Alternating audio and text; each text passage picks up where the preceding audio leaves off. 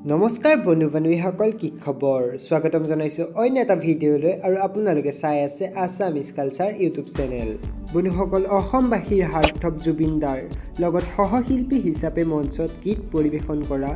এই গৰাকী গায়িকাৰ প্ৰকৃত নামটো জানেনে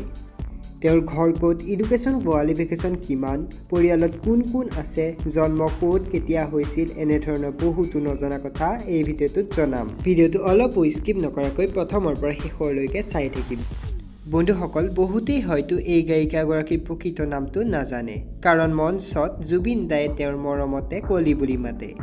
তাৰ ওপৰত ৰিয়েক্ট কৰি গায়িকাগৰাকীয়ে এটা ইণ্টাৰভিউত নিজৰ নামটো সম্বোধন কৰি কি ক'লে চাওকচোন একজনৰ আমাৰ ষ্টেজৰ প্ৰত্যেকজন বেণ্ড মেম্বাৰে আমাৰ বেলেগ বেলেগ নাম মোৰ নামটো কলিজ হয়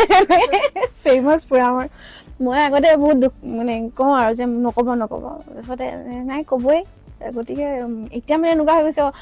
মই মোৰ কালাৰটো বহুত ভাল পাওঁ because I am famous for my colour and complexion এনেকুৱা হৈ গৈছে চবকে দিছে এজনীৰ নাম গোলাপী এজনী নাম আমাৰ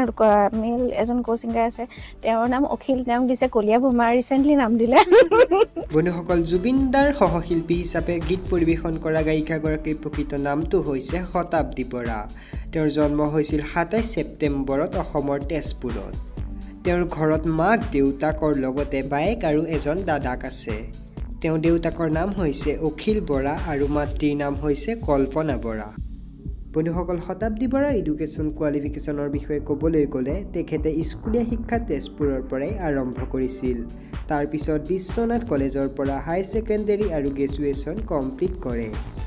বন্ধুসকল শতাব্দী বৰাই বহুকেইটা জনপ্ৰিয় গীত গাই ৰাইজৰ পৰা বহুতো মৰম পাবলৈ সক্ষম হৈছে তেওঁ বহুকেইটা গান জুবিন দাৰ লগতো গাইছে শতাব্দী বৰাই কণ্ঠদান কৰা কেইটামান জনপ্ৰিয় গীত হ'ল অ' আকাশ এবাৰ যদি কোৱা ভাল পাওঁ বুলি কোৱা না মিছন চাইনাৰ মেৰু মায়ালাই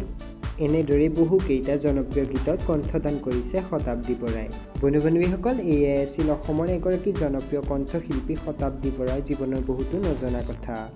আপুনি শতাব্দী বৰাৰ গান শুনি কেনেকুৱা পায় তলত কমেণ্ট বক্সত কমেণ্ট কৰিবলৈ নাপাহৰিব যদি ভিডিঅ'টো চাই ভাল পালে লাইক কমেণ্ট শ্বেয়াৰ কৰি দিব আৰু যদি নতুনকৈ আহিছে তেনেহ'লে আমাৰ এই চেনেলটো ছাবস্ক্ৰাইব কৰি কাষতে থকা বেল আইকনটো বজাই দিব